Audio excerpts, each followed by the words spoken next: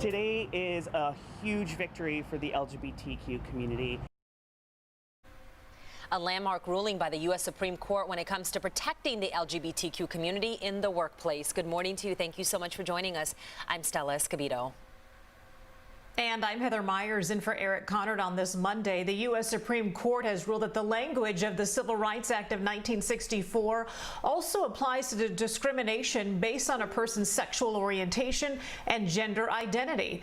News 8's Netta Ronpour live at the Pride Center with what this means and reaction to it. Netta.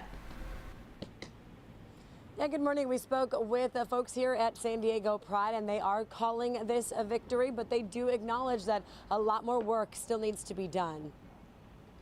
The unfortunate thing about LGBT rights and protections is that they can change based on your city, your county, or the state that you live in. And so we're super lucky to live in the state of California, where we have a whole host of policies and protections. But what we're talking about is the need for full federal protection. Things like health care. Yes, employment's important, but we need to make sure that we're able to adopt children or ban conversion therapy for LGBTQ youth. We had a chance to speak with Fernando Lopez, the executive director here at San Diego Pride. And, he says, this decision is a big deal by the Supreme Court. It was a 6-3 opinion written by Justice Neil Gorsuch, and it does make it illegal for employers to discriminate because of a person's sex. And now that also covers sexual orientation and transgender status.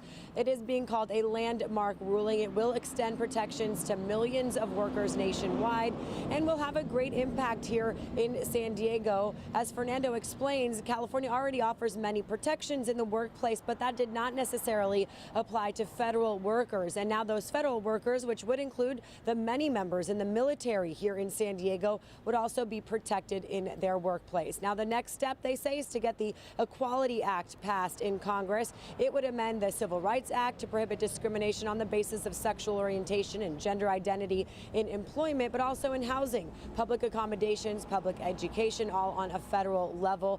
Now, the LGBT community made up of about 1 million workers who identify as transgender and 7.1 million lesbian, gay, and bisexual workers. That's all according to UCLA's Williams Institute. Many states do protect workers based on sexual orientation, but again, this now applies on a federal level. And there will be a national town hall today at 4 p.m. It's all going to be a virtual event, and this is the only time really all of the LGBT communities around the country will have this chance to get together in this one main event where everyone can log in together. It's a rally and a town hall explaining what just passed in the Supreme Court today. They're going to, again, have that at 4 p.m. today. That's the national event. And then San Diego Pride will hold a virtual event tomorrow at 6 p.m. They also have a long list of events that will take place during Pride Month starting in July. We'll have links to all of that on our website at cbs8.com.